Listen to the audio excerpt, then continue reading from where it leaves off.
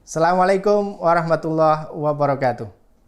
Alhamdulillah kawan-kawan yang dirahmati Allah Subhanahu wa taala, menjadi kaya adalah sebuah pilihan. Namun ketika kita sudah menjatuhkan pilihan ingin menjadi kaya, maka kita harus siap untuk menjadi kaya. Benar-benar harus siap. Kenapa? Karena bagaimana nanti ketika Allah wujudkan kita betul-betul menjadi orang kaya dan kita belum siap, apa yang akan terjadi? Justru kekayaan itu akan menjadi bumerang untuk diri kita. Coba kita akan simak satu kisah berikut. Ada sepasang suami istri, kakek dan nenek, yang mereka sudah sepuh, sudah tua, dan mereka tinggal di perkampungan. Mereka hidup berdua, romantis dan sangat bahagia menikmati sisa-sisa hidup mereka. Satu ketika, sang kakek ini sakit dan harus dibawa ke rumah sakit. Lalu kemudian sang kakek dirawat di rumah sakit. Diperiksa oleh dokter, ternyata kakek mengalami gejala sakit jantung. Sehingga dokter memberikan pesan kepada sang nenek agar tidak ada kabar yang begitu mengejutkan buat kakek, sehingga kakek sakitnya bisa cepat pulih. Satu waktu, sang kakek ini memanggil sang nenek. Nek, sini nek, kakek mau bicara. Lalu kemudian sang nenek mendekat dan mendengarkan apa yang disampaikan oleh sang kakek. Kakek mulai bercerita, Nek, kemarin kakek punya nomor undian. Kakek simpan di saku baju kakek yang kemarin kakek pakai. Nenek silahkan pulang, ambil nomor undiannya, dan silahkan nenek cek apakah kakek menang undian ataupun tidak. Dengan patuh, sang nenek pun menuruti kemauan sang kakek. Nenek lalu pulang dan mencari nomor undian yang dimaksudkan oleh sang kakek tersebut. Dicari di sakunya dan ada. Lalu kemudian dicek ke tempat nomor undian, lalu kembali ke rumah sakit. Begitu sampai di rumah sakit, sang nenek ini bingung. Harus bagaimana ngasih tahu sang kakek. Takutnya ini menjadi kabar yang mengejutkan untuk sang kakek. Sang nenek hanya mondar-mandir saja di depan kamar kakek. Dari kejauhan, dokter melihat gelagat sang nenek ini. Sepertinya ragu-ragu, sepertinya mengandung kecemasan. Dihampiri sang nenek oleh dokter. Nek, nenek kenapa? Sepertinya nenek cemas. Apa yang sedang nenek pikirkan? Kata dokter tersebut. Lalu dengan sedikit ragu, nenek itu menceritakan kejadiannya kepada sang dokter. Perihal nenek kakek punya undian dan nenek diminta untuk pulang untuk mengeceknya. Dan ternyata, kata nenek ini, kakek menang undian hadiah pertama, hadiah utama, yaitu uang sebesar 1 miliar. Dan saya bingung bagaimana untuk menyampaikan berita ini kepada sang kakek. Sejenak dokter ini termenung. Baik nek, kalau begitu saya akan mencoba membantu nenek berbicara pelan-pelan kepada kakek perihal hal ini. Baik, terima kasih dok, kata sang nenek. Lalu kemudian dokter masuklah ke dalam kamarnya sang kakek. Kakek, bagaimana kabarnya? Dijawab oleh kakek, alhamdulillah dok, saya sudah mendingan baik. Lalu mendekatlah sang dokter, mulai berbincang-bincang kepada sang kakek. Sambil mengetes apakah kakek ini sudah siap ataukah belum. Apakah kesehatannya sudah benar-benar mulai membaik ataukah tidak. Lalu mulai pelan-pelan dokter ini berbicara. Kayak seandainya ini seandainya ya.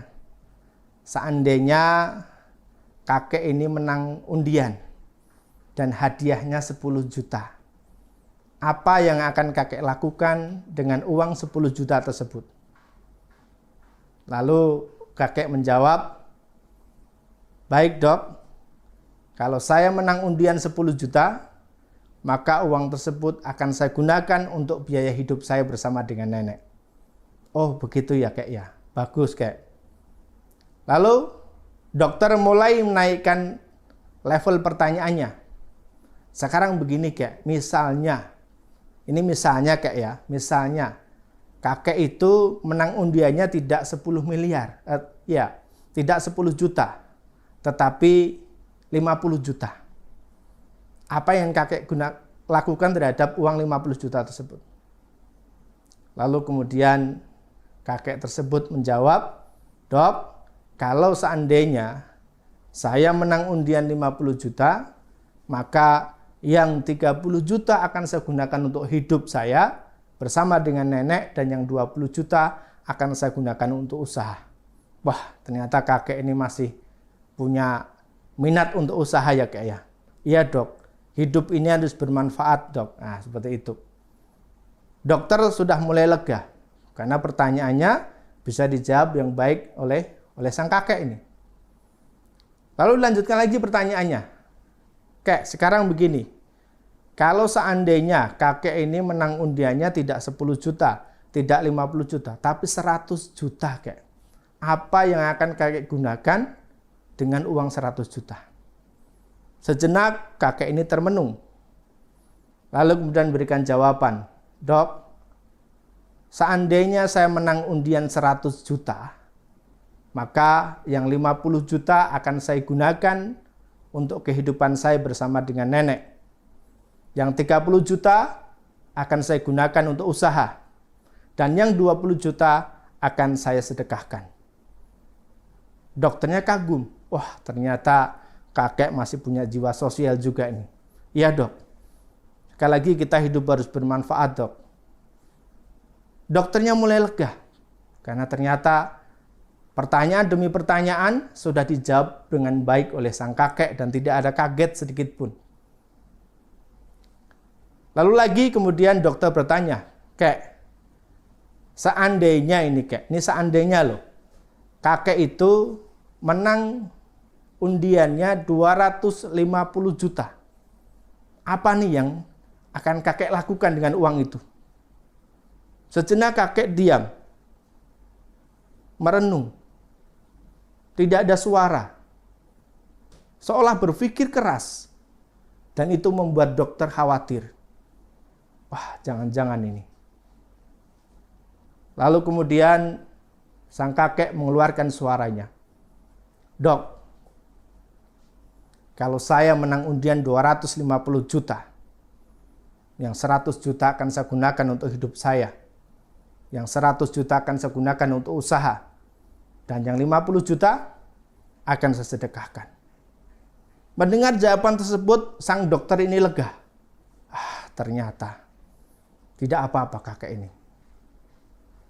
Lalu kemudian memastikan bahwa ini adalah sudah baik-baik saja keadaannya kakek.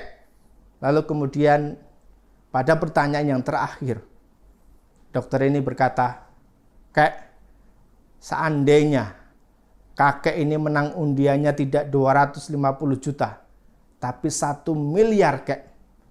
Apa yang akan kakek lakukan dengan uang 1 miliar? Tanpa pikir panjang, sang kakek sambil rasa dongkol di hatinya, dia bilang, baik dok, kalau saya menang undian 1 miliar, maka uang itu akan saya bagi dua. Yang 500 juta untuk saya, dan yang 500 juta akan saya berikan untuk dokter. Seketika dokternya semaput, pingsan. Tidak sadarkan diri, kaget. Karena dokter tidak pernah membayangkan bahwa dia akan menerima uang 500 juta. Kawan-kawan dirahmati Allah Subhanahu wa taala. Untuk mendapatkan surprise dari Allah Subhanahu wa taala, menjadi kaya dari Allah, maka tentu ini butuh kesiapan. Jangan sampai ketika nanti doa kita, hajat kita dikabulkan oleh Allah Subhanahu wa taala, keinginan kita untuk menjadi kaya Allah wujudkan itu, kita kemudian semakin jauh dari Allah, tidak kuat, Yang awalnya rajin sholat jamaah, begitu ada sedikit rezeki kita sudah mulai jauh dari masjid. Yang awalnya kita rajin baca Quran, dengan adanya sedikit kekayaan kita sudah mulai longgar baca Qurannya. Maka kawan-kawan, kita harus persiapkan lebih dulu. Jangan sampai kekayaan yang nantinya kita dapatkan itu justru membuat kita terlena dengan dunia dan semakin jauh dari Allah Subhanahu wa Ta'ala. Kaya itu memang pilihan kawan-kawan, tetapi untuk menjadi kaya butuh persiapan. Assalamualaikum warahmatullahi wabarakatuh.